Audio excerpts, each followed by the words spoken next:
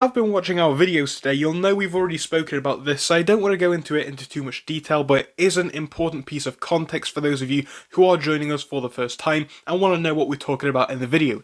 We're talking about the fact that Wall Street fund managers are tracking retail by monitoring social media message boards. We know that a lot of institutions are doing this. Why? To get an insight of what people are saying and potentially, of course, potentially only to sway the opinions of retail as well. Now, the reason why I talk about this one again is because it is going to be very important for the context of this video, and we're going to dive into that in just a second. But before we do, may I ask you guys please to leave a like and subscribe, but do remember as well, as always, this is my personal opinion and it is not financial advice. But this is a really big tactic. It's going on all the time, and today and tomorrow it's going to be no exception. Actually, I expect it to get worse, especially into this weekend, as we're getting that big date coming up on the Friday for the options. Unlimited Ambition 23 posted this 6 days ago. This is one tip for identifying FUD from a business professional's point of view. It's DD, and it says, "Hi all, I am a global sourcing manager who writes and negotiates multi-million-dollar deals and projects for biotechnology companies. One thing I've noticed is a certain types of FUD we are easily identifying, and these are shown due to the following. They will comment or locate some sort of law, term, clause, or legal agreement or filing, etc. that is using extremely technical issues involved in legal counsel or finance you really wouldn't know. The second one is they simplify the F out of what it means to speculate or jump to conclusions on what it means. It's very technical and with somewhat, and basically it means that you cannot make decisions on somewhat unprofessional observations and findings, which tells me they are finance insiders acting as shills, and that is why I posted the first thing that we had because I thought that was important and relative. And it says, P.S. This person has over 10 years in sourcing professional industry and still needs help to understand certain words from lawyers. So it just goes to show, right? We are a community of apes. We know what we're doing, we can do the DD. But what we are not, we're not lawmakers, we're not lawyers, we're not legislators. We don't understand the law in great detail. Yes, we understand the basics of it, as everybody in society should and does, but we don't understand it in this great detail. And even a retail bear wouldn't understand it because they're just a normal person. Whether you're bullish or bearish, that's your sentiment. Ultimately though, you're probably a normal person. I don't care what your views on the stock is, that's completely fine. But it does go back to this, right? I don't know about half of this stuff because I do not have a law degree. I'm not a lawyer. You cannot expect somebody who is not a professional to know about this stuff. So it does go on to say, why do they know about it? It will take them a long time to find out about it and to oversimplify it in a way to make us understand it and skew our views on it because we just do not know about it. It does seem a little bit questionable. What is that all about? You do certainly have to wonder. It does bring us back to the FUD that we are seeing, especially recently. I'm seeing this all over the place, absolutely everywhere.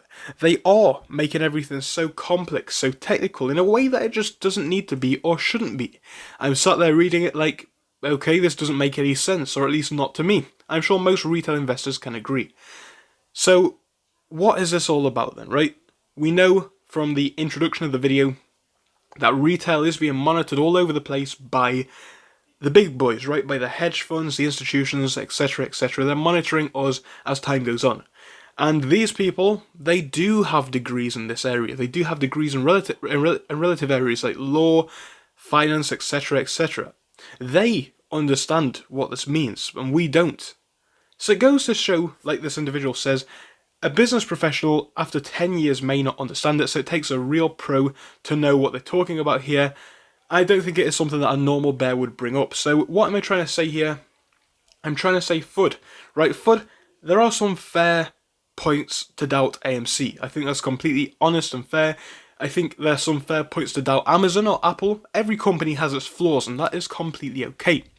But what we're seeing here is we're seeing this really, really, really detailed information about what's going on behind the scenes as far as legal and technical terms, etc. And it is just a little bit strange in my opinion, as the user does point out.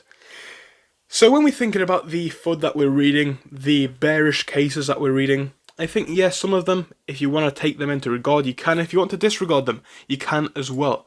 But when we talk about this absolutely insane technical data, one, why are they monitoring us anyway? If they're the ones that are winning, why do they need to monitor our message boards, chat sites, etc.? Why is that necessary? And two, on top of that, like you said, why is anybody going to post this data unless they are part of those institutions, whether it be hedge funds, etc., who are watching us?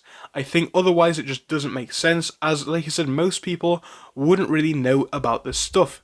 It's just my opinion, as always. It is not financial advice, but I did think, especially getting into the scenario that we're looking at in the next few days, it was something worth bringing to your attention. I hope you did find it quite useful, quite informative. Again, if you did, make sure to smash that like button and subscribe if you can. But once more, it was my opinion, it certainly is not financial advice. So be careful out there, stay educated and stay cautious, because the more that we find out, the more amazing this journey gets, in my opinion. I'm sure you guys can certainly agree to that. So, thank you for joining me tonight, thank you for watching all of the videos. This is going to be the last one for the day, but I will be back with you guys tomorrow for more great content. I can't wait to see you then, but goodbye for tonight. So thank you for watching through till the end, but let me tell you about our Discord. So on your screen you will be seeing the N2S Finance Discord. Obviously it is split into multiple sections. Basically at the top we have updates from me and all that kind of good stuff. If you scroll down a bit further we have the main sections where we focus on cryptos, SPACs and other hot stocks, including penny stocks, even stable growth stocks as well, and we even have a special AMC GME chat. If you scroll down you can see some research and DD from the community. We also have funny memes and you can see actual contributions from members down here. And again, if you do join us, it is completely free, link is down below. But if you do want to become a Patreon, you will actually get a pink sticker which will be displayed on your name. So your name will come up in pink as mine comes up in red down here, and that will show that you are a Patreon. But other than that guys, you can join completely for free down below. You do not have to pay anything if you do not want to. Thank you for watching, see you soon.